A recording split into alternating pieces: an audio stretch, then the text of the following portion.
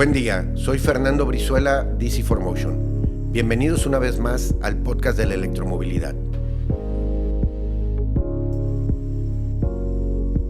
Con este capítulo inauguramos nuestra segunda temporada. Fueron ya 30 capítulos de la primera temporada, que la verdad agradezco mucho a toda la gente que participó y esperemos que los que vengan sean también de gran fruto y gran valía para todos la gente que nos escucha y la gente que nos ve. Les recuerdo, por favor, que si les gusta nuestro podcast, le pongan manita o like allí en el YouTube o en el Spotify. El día de hoy tenemos aquí en el estudio a Marco Hernández. Bienvenido, Marco. Gracias, mucho gusto. Gracias a ti, Fernando, por la invitación y bueno, aquí listos para colaborar y compartir un poquito de la experiencia que tenemos. Sí, Marco participa en la empresa de EVFlex, que es una empresa subsidiaria, vamos llamándolo así, del grupo Traxa. ¿Es correcto? En donde están muy metidos en el tema de electromovilidad y como les he dicho, este negocio es nuevo, entonces ellos han estado reinventándose e inventando el negocio con alguna serie de cosas que iremos platicando más adelante, pero se hace muy interesante cómo se han metido de una idea general que tenían en Traxa a trasladarlo a la parte de electromovilidad y cómo lo han aterrizado en todos los productos y soluciones que tienen ahorita. Pero vamos dejándolo un poquito más para adelante. Ahorita me gustaría, Marco, que me platicaras. ¿Quién es Marco? Marco es nacido en Atotonilco el Alto, tierra del tequila. ¿No? O sea, las principales marcas, las más conocidas, de ahí vienen. Marco es licenciado en Administración Financiera, estudió en la UDG. Marco es un hombre casado con 3 hijos. Me casé muy joven, 23 años. A los 24 fui papá. Marco, mi hijo, ya ahorita tiene 25 años. Daniela, 22 años. Y Paula, que tiene 16 años, ¿no? Ese es Marco. Adelante. Sí, platícanos un poquito, ya comentaste ahorita acerca de tus estudios. ¿Dónde estudiaste? Si tienes después algún posgrado, ¿qué has hecho? ¿Cómo te has crecido en el ambiente estudiantil profesional? Marco es licenciado en Administración Financiera. Marco estudió en la Universidad de Guadalajara del 94 al 98. El 98 al 99 estudié la especialidad en finanzas ahí mismo en la Universidad de Guadalajara y posteriormente vienen ya como formación algunos diplomados en habilidades directivas, por ejemplo en el ITESO, otro diplomado en estrategias y dirección hacia el mercado agropecuario en el TEC de Monterrey y otros más en cuestión de liderazgo, ¿no? Muy interesante el tema de las finanzas. Yo siempre digo que las finanzas son básicas en cualquier especialidad. Yo soy ingeniero y muchas veces delegamos eso a un departamento de finanzas, todo, pero tenemos que saber exactamente cómo va nuestro negocio y cómo está funcionando en todo momento en la parte financiera, ¿no? Sin duda, y en el ámbito personal no es diferente. Totalmente de acuerdo. Vi por ahí que habías trabajado en Telcel una parte de tu vida. ¿Qué hiciste por ahí? Bien, yo duré 8 años y medio, casi 9 en Telcel. Yo comienzo en Telefónico, en el departamento de Telefónico, contestando en el 111, así se le conocía, que era ya la parte interna, no de los que son outsourcing. Estuve por ahí en Telefónico alrededor de año y medio. Posteriormente me voy a asesor personalizado en un centro de atención a clientes, Chapultepec. Posteriormente, de allí surge la necesidad de crecer más la presencia de Telcel en la región 5, que es a donde pertenecíamos, Jalisco, Colima, Michoacán y Nayarit.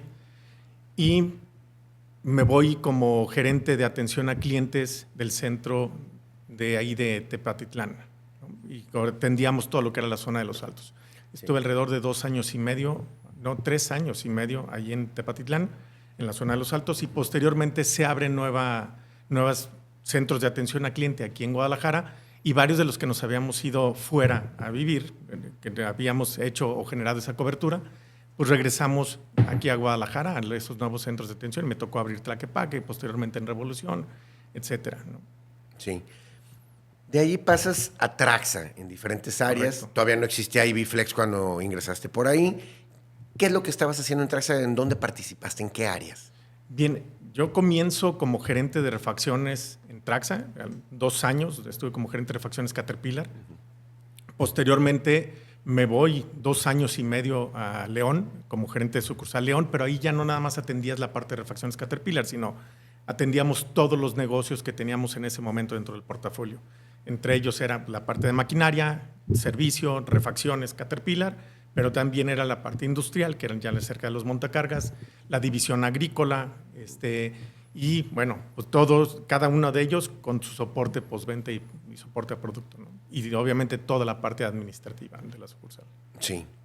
¿De dónde sale este concepto de Traxa? Por lo que veo, bueno, pues es la maquinaria, los equipos, de alguna manera están muy metidos en el mundo motor, por decirlo de esa manera. Claro, son equipos industriales la mayoría. Y de repente sale el concepto de EV-Flex, en la parte de electromovilidad. Me gustaría que me platicaras, porque entiendo que tú estuviste prácticamente desde el principio, cómo nace, cómo sale la idea, cuáles eran los primeros objetivos, cómo ha ido cambiando a la mejor, y luego platicamos de todos los productos que tienen. Sí, sin duda, sin duda. Bien, en el grupo tenemos un builder, entonces en el cual parte del comité, hay unos asesores del board, está obviamente la presidencia del grupo, en dirección general y algunos directores. Estuvimos viendo en el 2021 cuáles eran las tendencias de mercado, dónde se venían estas olas de crecimiento de lo que más estaba demandando el mundo, y vimos que electromovilidad era uno de ellos, ¿no? Entonces dijimos, tenemos que estar en esta tendencia, tenemos que hacer algo en electromovilidad. Y es donde empezamos en el 2021 a indagar muy bien el mercado, o sea, hacer estudios de mercado, estuvimos haciendo encuestas con clientes, con algunos referentes del sector automotriz, y en todo esto empezamos a ver que había muchas barreras de entrada.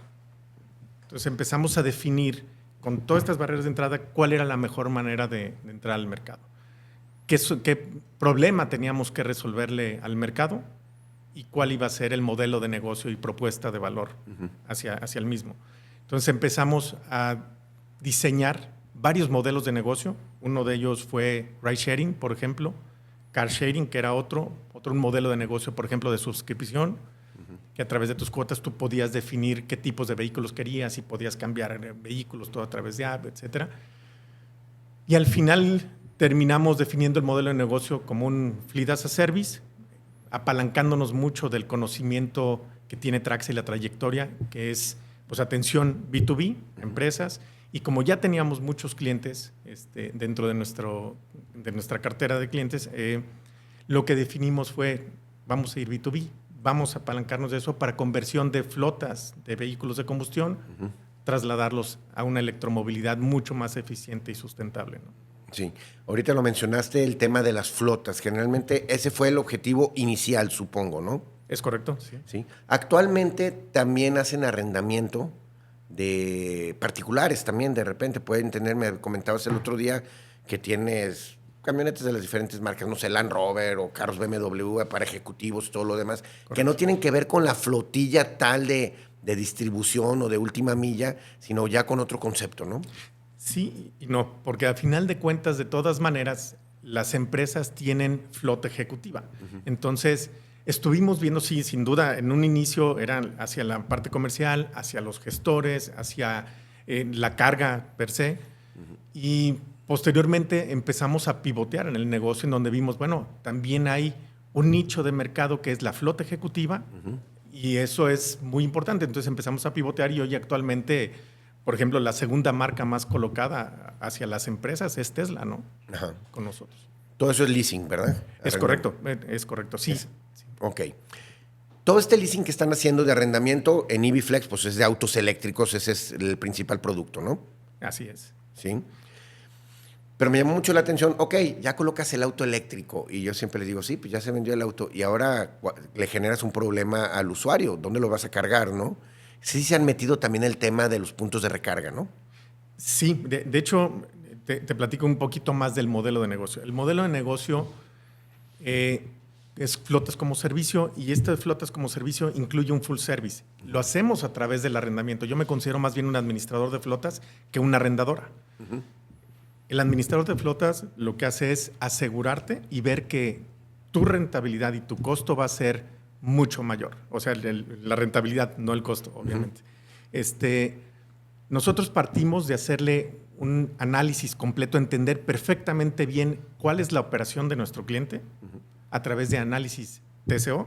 También le decimos, bueno, TCO un poquito para los que no conocen estos términos, es Total Cost of Ownership, que sería el costo total de operación.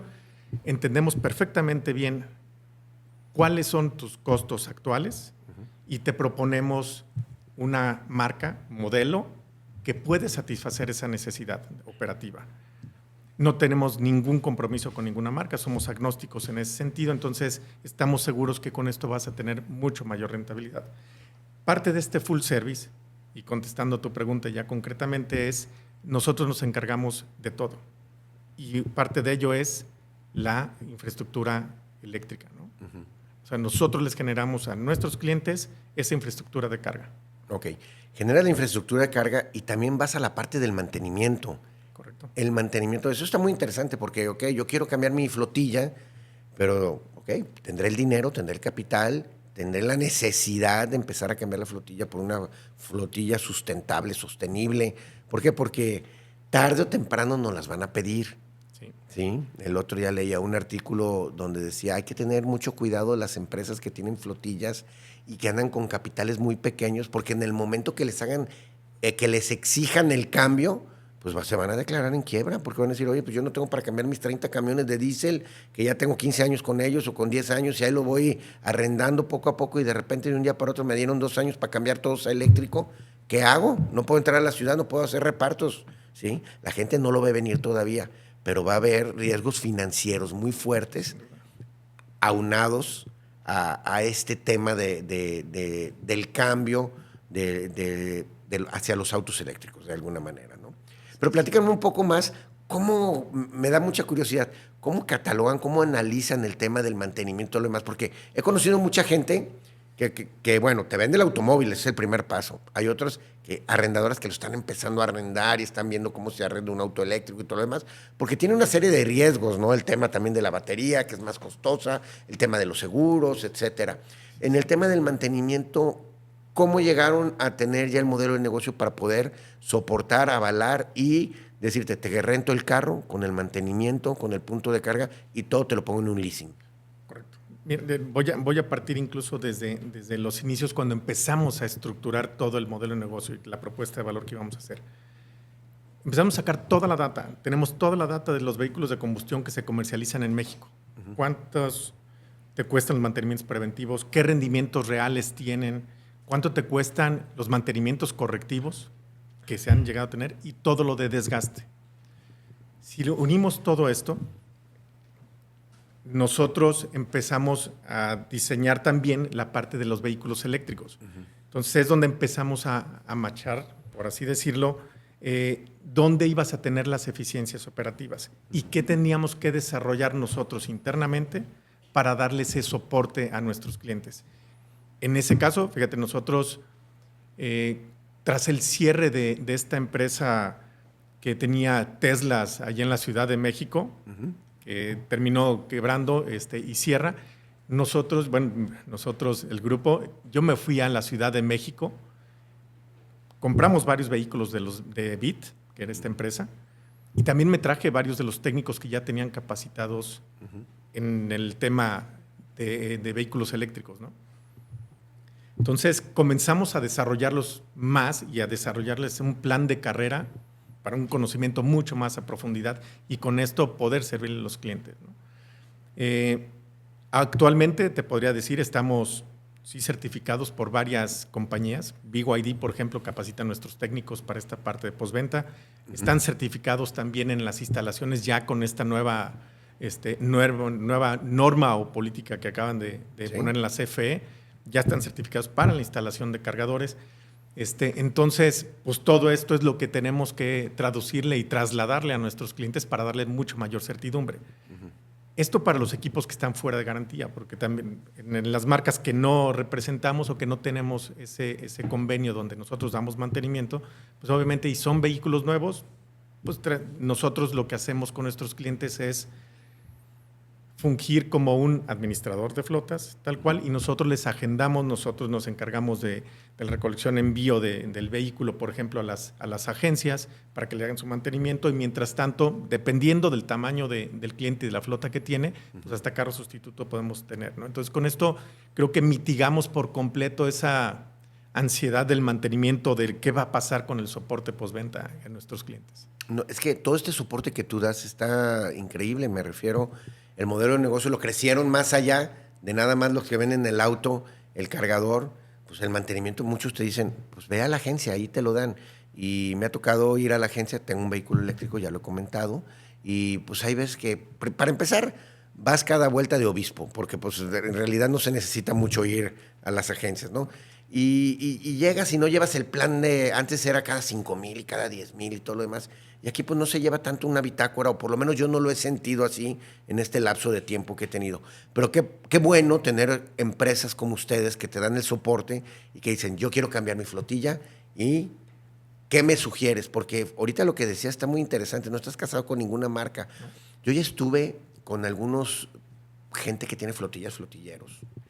Y bueno, pues les llevé a algunas marcas de las cuales pues me han dado un poco la representación, pero pues vienes con la bandera de la marca. Claro. Aquí tú vas con la bandera de la solución, que es diferente. Entonces les puedes decir a ellos, ¿qué necesitas? Oye, pues es que yo necesito transporte de 1 tonelada y media para mi última milla y ingreso a la ciudad y yo hago trayectos de 250 kilómetros, de 300 kilómetros diario, etcétera. Y entonces todo eso lo metes a tu computadora, por decirlo de esa manera, a tu base de datos que tienes y pum, te aparece el mejor postor o la mejor solución. Es correcto. Para todo esto. Excelente, se me hace muy bien, te felicito. O sea, creo que el proyecto de EVFlex está creciendo mucho y va más allá. Empresas que estamos nada más metidos en, como yo, en algunas sugerencias de camiones, algunas sugerencias de transporte y sobre todo los puntos de recarga. Ahorita mencionabas la certificación. Sí. Me tocó ver hace 15 días más o menos, ahí en el Colegio de Ingenieros Mecánicos y Electricistas del Estado de Jalisco, me invitaron a dar una plática de electromovilidad y ahí estaban el día sábado en las evaluaciones de los técnicos. Y me tocó ver una camioneta de ustedes de EVFlex que ahí tenían, que era una camioneta eléctrica, y la habían puesto ahí porque estaban haciendo algunas pruebas y todo lo demás, ¿no? Es correcto, sí. Y le dije, ¿quién viene de EVFlex? Me dije, aquí, un ingeniero que estaba por ahí, ¿no? Sí, esa es la certificación que tuvieron. Que qué bueno que ya la están pidiendo, que qué bueno que ya se hicieron los cursos, Sí. porque lo empezaron a pedir desde el año pasado, bueno, mandaron lo que son las propuestas, pero ya este año, a partir de hace un par de meses, que Comisión dijo, va, y lo vamos a exigir. ¿Sí? Correcto. Y qué importante, nosotros en nuestra empresa también ya estamos certificados, que podamos dar ese soporte para la instalación, porque una cosa es vender el carro, otra es vender el cargador y otra cosa es vender ya la solución instalada y todo lo demás. Y nosotros nos estamos enfocando un poquito también a lo que es el software para la venta de energía. En la parte de la administración de la energía, ¿también se están metiendo? Sí, por supuesto. Fíjate que bueno, me voy a regresar un poquito para complementar un poquito de lo que decías. Es, como todo buen pueblerino, soy mucho de dichos, ¿no? Uh-huh. Y esto de ser agnóstico, yo te voy a contestar lo que me preguntabas, esto de ser agnóstico, lo que hace es, creo que generar un poco más de certidumbre con las empresas. Porque, pues como dicen en el pueblo, pues nadie vende pan frío, ¿verdad? Uh-huh.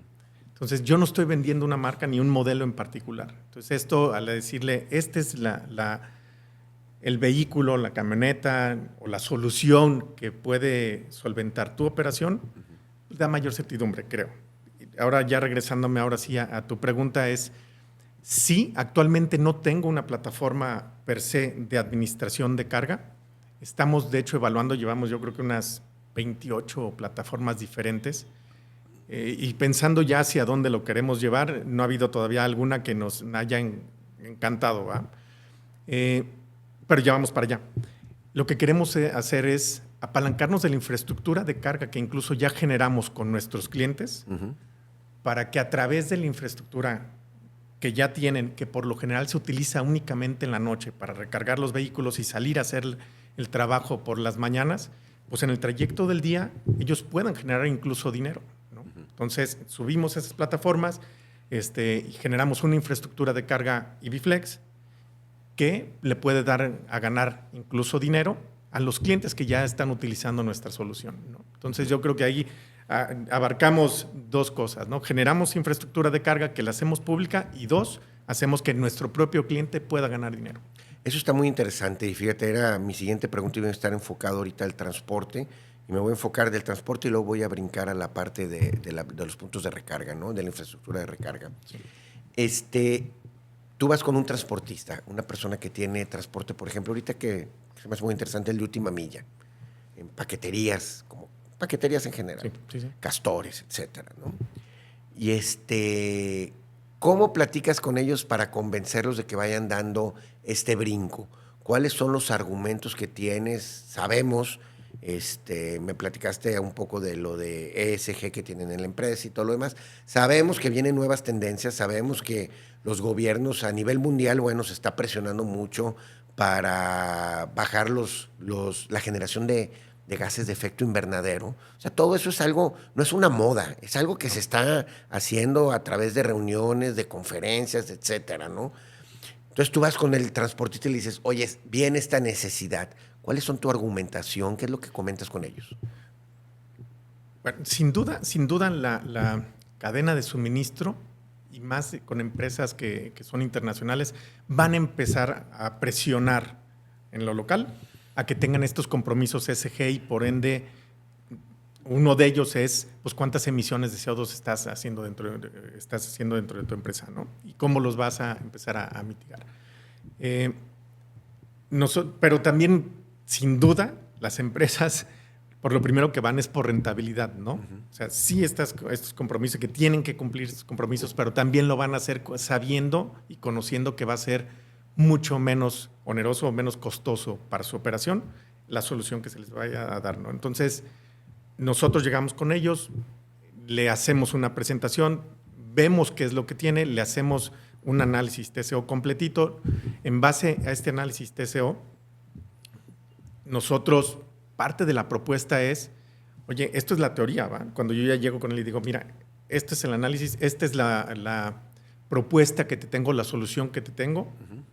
Y yo incluso le digo, si en algunos casos, por el kilometraje que consumen mensualmente, no sale positivo, también voy y bien honestamente le digo, oye, ahorita a ti no te conviene migrar a la electromovilidad, salvo que tengas que cumplir con estos compromisos ESG, ¿no? Uh-huh. Pero en los que sí, llego y le digo, ok, esta es la solución, sí sales positivo, y esta es tu proyección financiera, ¿no? En donde sabemos que el costo de adquisición, por ejemplo, del vehículo eléctrico es más caro que uno de combustión, uh-huh. Pero aún así, con todo y el arrendamiento, ¿cómo se ve hacia futuro y dónde tiene su punto de equilibrio y a partir de allí cuánto ahorro va a empezar a tener? Uh-huh. Contemplando el costo de adquisición. Uh-huh. Si yo quito el costo de adquisición, sin duda, ellos empiezan a ser más eficientes y rentables desde el día 1 de utilización. Claro. Sí. Más o menos ahorita, ya que tocaste el punto de las curvas y todo lo demás, en tu experiencia, considerando el costo de adquisición, porque siempre es algo que me dicen, es que es más caro. Sí, ok, ¿dónde se cruzan las curvas? ¿En qué años más o menos? Has hecho muchos ejercicios, más o menos. Duda, debe haber una estándar, más o menos. Lejos de un estándar es más bien con qué te estás comparando, ¿no? No quiero hablar ni de marcas ni de modelos, pero hay una camioneta que es la más comercializada en México. Uh-huh. Ya con eso van a saber cuál es. Su rendimiento real es sumamente menor a lo que viene en su ficha técnica, ¿no? Uh-huh. A esa marca es fácilmente darle la vuelta. En año, 2 meses ya le diste la vuelta contemplando incluso los costos de adquisición. Okay. ¿No? El primer factor para darle la vuelta, me refiero en cuestión monetaria o económica, es sin duda alguna, es el consumo de combustible comparado contra la energía, ¿no? Uh-huh. Posteriormente ya vendrán en menor medida los mantenimientos preventivos, correctivos y de desgaste, ¿no? Porque un vehículo eléctrico hace un sinfín de cosas y la durabilidad va a ser enorme. Entonces, esos son los principales factores que creo que fungen, ¿no? Entrando un poquito en porcentajes, porque a la gente le gusta escuchar esto. Más o menos el precio del kilowatt hora, más o menos yo lo conozco, ¿no? Del precio del kilowatt, comparado contra el precio de la gasolina, ¿qué porcentaje te estás ahorrando en general? Va a depender obviamente de la empresa y de qué tipo de conexión tienes, ¿no? Gran demanda de tensión horaria o tensión uso, ¿no? Pero aproximadamente yo me atrevería a decirte que entre un 70 y un 80% de ahorro contra combustible. Muchísimo. Yo ya había calculado que era por lo menos 3-1, que es lo que yo estoy ahorrando de alguna manera. Muchos dicen del 50, pero es mucho más del 50. Es mucho más del 50, sí. Sin duda. ¿Y en la parte de mantenimiento? El mantenimiento va a depender de la marca. Uh-huh. Porque como sabes, algunas marcas, por ejemplo, no te les presentas, como Tesla, BMW, Mercedes, cuando son 100% eléctricos, no te les presentas a ellos, no hay un calendario en kilometraje ni nada, sino es por año y una revisión, o a menos que te salga por ahí un aviso con este tema de tecnología, que salga un aviso que tienes que ir para alguna cuestión, ¿no? Si no, caso contrario, no vas. Pero hay otras marcas que son vehículos 100% eléctricos o híbridos enchufables que sí te marcan de todas maneras una periodicidad. Aún así, el ahorro termina siendo en mantenimiento preventivo alrededor de un 35-40% comparado con uno de combustión. Preventivo. ¿Y el correctivo también tiene números? En correctivo, sí tenemos números, aunque te podría decir que no es tan comparable porque nos ha tocado muy poco correctivo, ¿no? Muy poco correctivo contra lo que existe. Y habría que también equiparar contra que no. Por ejemplo, Tesla, hay algunas cosas que tienen que mejorar, sin duda, y más bien va en temas de suspensión. En eso, si lo comparamos con turno de combustión, bueno, te podría decir que el ahorro no es sustancial, ¿no? Porque el costo de las refacciones Tesla es algo oneroso. Pero me atrevería a decirte que, por ejemplo, en eso, quitando esas marcas en particular y una media, entre 15 y 20% más barato en el correctivo. No, pues muy bien. Estamos hablando de 15-20% en correctivo, 30% en preventivo y el 70% en combustible. Al final de cuentas es mucho ahorro. Hay gente que cuando platico el tema de la adquisición de un auto eléctrico, me dice, sí, Fer, pero no estás considerando que en la generación de las baterías con todos los minerales que se tienen que utilizar y de las extracciones, porque el litio, por ejemplo, pues es una extracción sucia, se utiliza mucha agua y todo lo demás, contamina más, ¿no? Y bueno, al final de cuentas hemos llegado a la conclusión de que sí, se contamina más, no vamos a debatir eso, en la fabricación. Más sin embargo, tenemos una curva entre 5, 7, 8 años en donde ya la contaminación del auto de combustión le da la vuelta totalmente, porque el auto de combustión pues, sigue contaminando desde el día cero. Desde el día cero. Ya empezó con menos contaminación en la fabricación, sí, pero sigue contaminando y en 7, 8 años el eléctrico ya le dio la vuelta y ya se vuelve más verde. ¿Ustedes tienen datos al respecto de esto o más o menos idea? Sí, bueno, parte de la preocupación, por ejemplo, del board, de ahí del grupo, era ¿realmente estamos contribuyendo en algo al medio ambiente, a México y al mundo? Sabiendo pues que termina siendo benéfico el uso del vehículo eléctrico con turno de combustión. Y me puse a investigar y ahí, no te miento, o sea, yo creo unos 220, 250 estudios que me tocó leer, en donde todos dicen que desde la extracción hasta el tema de reciclaje o secundar la vida útil de la batería, termina siendo sumamente menos contaminante el vehículo eléctrico que uno de combustión, sin duda alguna. Exactamente, al inicio podrá ser diferente, pero hay que considerar la vida útil del vehículo eléctrico, claro, totalmente. Se tiene que medir toda la vida útil. Sí, ya tocamos el tema de cómo vas con los clientes y se platica acerca de este tema verde, que no hay que olvidarnos, porque mucha gente dice, lo eléctrico es que no contamina, es que te ahorras. Al final de cuentas, sí, o sea, no es contaminar, pero te ahorras la parte, ya vimos, de la energía, del mantenimiento correctivo, preventivo y todo lo demás. Pero la finalidad de esto es conservar y cuidar nuestro planeta, que esa es la finalidad, y de repente nos perdemos un poquito en qué es la moda, qué es lo que viene, qué es la nueva tendencia, que los gases de efecto invernadero hay que eliminarlos. Sí, lo que necesitamos es que ya no suba la temperatura de este planeta más allá del 1.5 grados, que ya subió. Tenemos como meta 2030 2 grados cuando mucho, ¿sí? Que nos están manejando las conferencias de las partes, las COP famosas, las COP. ¿Sí? Que se acordó todo esto en el Acuerdo de París. ¿Sí? Según recuerdo, fue por ahí como en el 2015.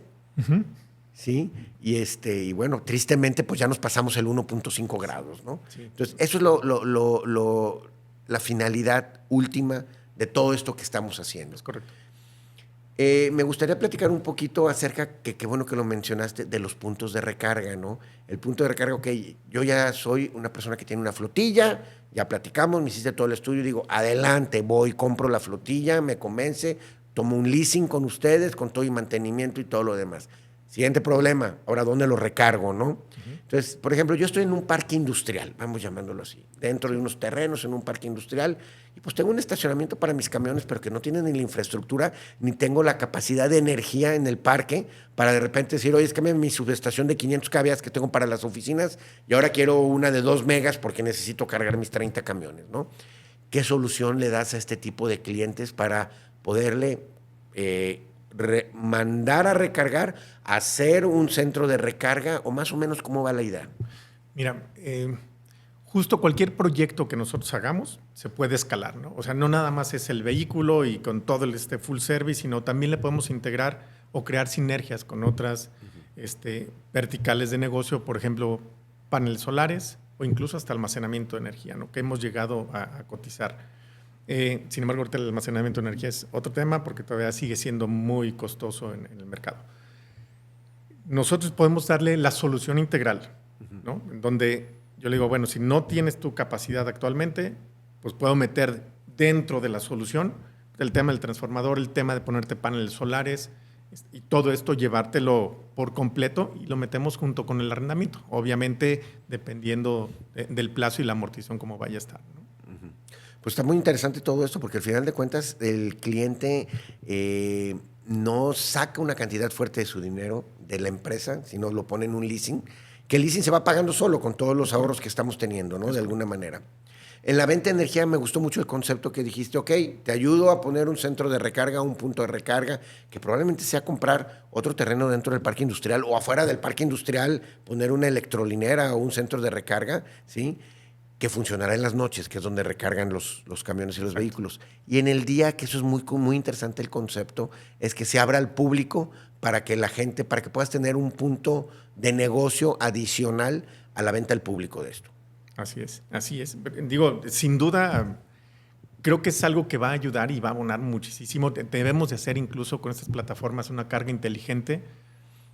En el día termina siendo más cara la energía que lo que es en la noche para las empresas. Entonces, pues es donde se vuelve todavía mucho más factible este tema de instalación con paneles solares o el propio almacenamiento de energía para aprovechar también este almacenamiento en cualquier situación, ¿no? Para las compañías. Entonces, el hecho de que no tenga que la empresa invertir en esos activos, ya per se le representa un beneficio, ¿no? Porque a través del arrendamiento, pues tienes una deducibilidad todavía incluso mayor, ¿no? Sí, muy interesante. En referencia a el sistema, me gustaría cambiar un poquito de tema. Sí. Vamos a hablar un poquito de gobierno, vamos a una iniciativa privada y los puntos de recarga. Mucha gente no compra autos eléctricos porque no hay puntos de recarga. No me puedo ir a Puerto Vallarta porque sí, de ida sí llego porque es de bajadita, vamos llamándolo así, pero de regreso, pues mi batería ya no me da porque como es de subida de alguna manera y si me vengo a las 12 del día y hay mucho sol y ya ves el tema del enfriamiento de las baterías, todo lo demás, pues se me consume la batería y no llego. Entonces, se ha hablado mucho de quién es el responsable o quién no es responsable. ¿Quién debería ser la persona que esté motivando los puntos de recarga que se hagan? Gobierno, iniciativa privada. Y más bien mi pregunta va, ¿cómo crees tú que se deba de organizar esto entre todas las partes o todos los jugadores del mercado para ir creciendo esto y motivar, incentivar la adquisición de vehículos eléctricos? Híjole, creo que es demasiado extenso y complejo lo que preguntas, porque va a depender incluso de la ubicación o del país en el que estemos hablando. México creo que ha costado un poco más de trabajo. Ha habido iniciativas enormes por parte del gobierno que, dicho sea de paso, yo creo que no podemos hacer una transición a una electromovilidad más rápida si no interfiere el gobierno, ¿no? Y puede interferir de diferentes maneras. Estados Unidos, por ejemplo, con Joe Biden tenía lo de Electrify America para generar infraestructura de carga y dar certidumbre o mitigar esas barreras de entrada que representan el migrar una electromovilidad, ¿no? Que es como el juego del huevo y la gallina, ¿no? O sea, no se colocan más vehículos eléctricos porque no existe la autonomía necesaria todavía para que puedas llegar de un punto A a un punto B. O no generas más infraestructura de carga porque no hay un mercado de vehículos eléctricos tan grande que permita que tu retorno de inversión sea más corto. Entonces, sin duda el gobierno debe estar sumamente metido en esto, con definiciones, por ejemplo, son diferentes rubros, ¿verdad? Pero pues sí, subsidio que pudiera ser comercial o fiscal a los vehículos eléctricos, en generación de infraestructura de carga también, ya sea a través de concesiones o como sea. Podríamos hablar incluso de cositas más particulares, pero desde la estandarización de los puertos de carga. Por ejemplo, ahorita hay 5 o 6 puertos de carga diferentes que esto hacen todavía más compleja la carga, ¿no? Y si hablamos de la infraestructura de carga necesaria, realmente es en carreteras. Y a veces los temas incluso de seguridad terminan siendo una agravante o una barrera para que puedas tú generar esta infraestructura de carga cuando pues sabes que te las van a o vandalizar o te las van a robar, ¿no? Entonces, sin duda creo que sí debe estar metido el gobierno y también, ¿por qué no con incentivos hacia qué tanto porcentaje de tu flota lo tienes con vehículos eléctricos y entonces vas a tener un beneficio fiscal de N porcentaje o te voy a premiar por alguna cuestión de gases, o sea, de emisión de dióxido de carbono, etcétera, etcétera, ¿no? Entonces, sí, sin duda creo que el gobierno debería estar. Y creo que la mayoría de las iniciativas han sido del sector privado, ¿no?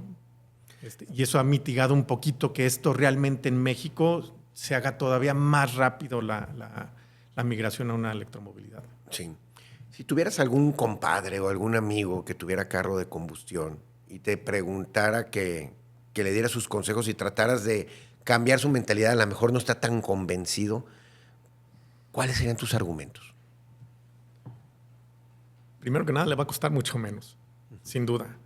El manejo de un vehículo eléctrico es infinitamente mejor, mucho más cómodo que uno de combustión. O sea, el no tener ruido, el tener este tema de regeneración. O sea, hay varios ya vehículos que tienen el manejo con un solo pie, casi no tocas el freno, para nada. Y luego ya vienen todos estos sistemas ADAS que tienen mucho mayor tecnología un vehículo eléctrico que uno de combustión. También el tema de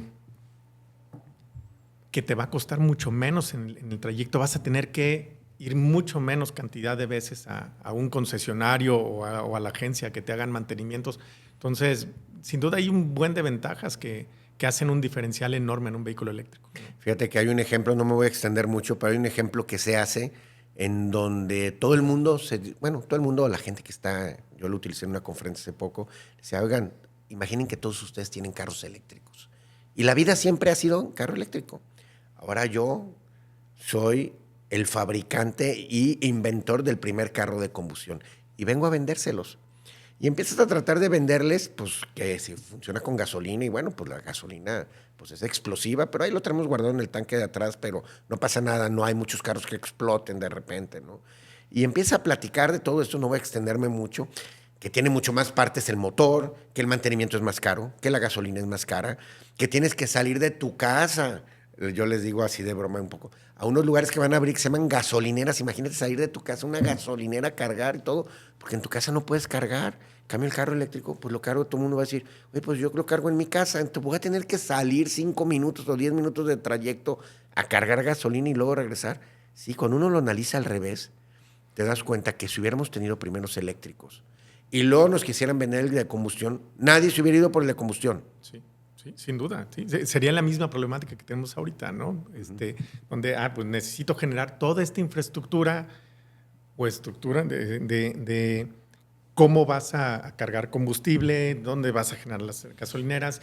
Y es lo que está sucediendo ahorita. O sea, es donde nosotros tenemos que generar esa infraestructura de carga en México y en el mundo, para que puedas tener esos traslados sin ningún punto de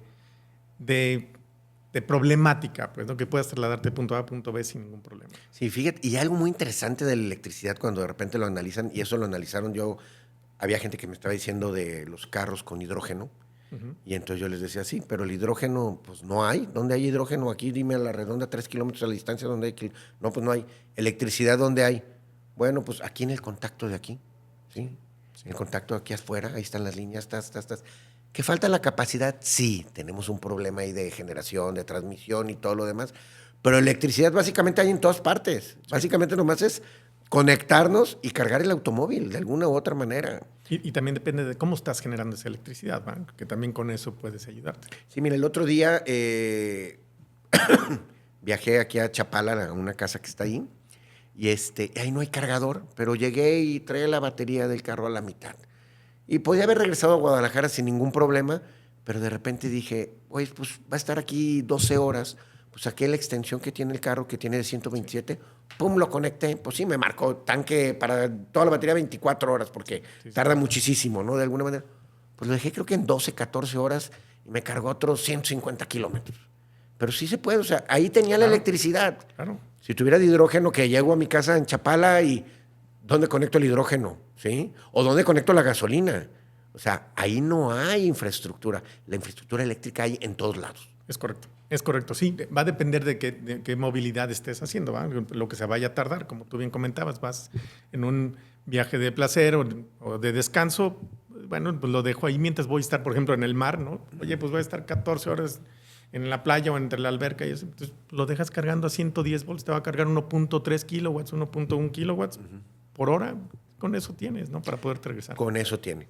Pues muchísimas gracias por todo, Marco. Interesantísimo lo que están haciendo en EVFlex, un gran modelo de negocio. Ojalá podamos participar el día de mañana juntos, ya lo hemos platicado, porque nosotros tenemos varios clientes que se nos acercan buscando soluciones de este tipo y qué bueno que EVFlex está abierto a hacer alianzas comerciales con empresas a lo mejor como la de nosotros, ¿sí? Que podamos participar y todo lo demás y sobre todo dar soluciones al mercado. ¿Sí? Sin duda, sin duda. Ya para terminar, me gustaría que le mandaras un mensaje, si quieres, a la cámara que está aquí para que te escuchen los estudiantes. Sobre todo gente que quiere, estudiantes o gente que quiere empezar a emprender. ¿Qué les dirías tú? ¿Qué mensaje le transmitirías en estos primeros años de emprendimiento? Ah, caray. Lejos de mensaje, yo diría, tienen que hacerse preguntas importantes. Por ejemplo, ¿qué problema vas a resolver? ¿Ya estás seguro lo que requiere el mercado? Cuando ya tienes eso, no hay más que 3 cosas que tienes que hacer, ¿no? O sea, es planear muy bien, ser constante, perseverante y tenaz. Y sin duda, y creo que desde mi punto de vista lo más importante es una capacidad de ejecución enorme, donde estés haciendo lo que tú tenías en la teoría, ¿no? Pues bueno, pues te agradezco mucho tu participación. Gracias, te agradezco Fernando. mucho que has venido. Capítulo número 1 de la segunda temporada. Espero que les llegue a mucha gente, que sume sobre todo. La finalidad de este podcast es sumar conocimientos de electromovilidad, de este nuevo mercado, de esta nueva idea, de esta nueva forma de atacar la contaminación y que podamos tener un mundo verde muy pronto. Muchísimas gracias, Marco. Muchas gracias a ti, Fernando. Gracias a todos.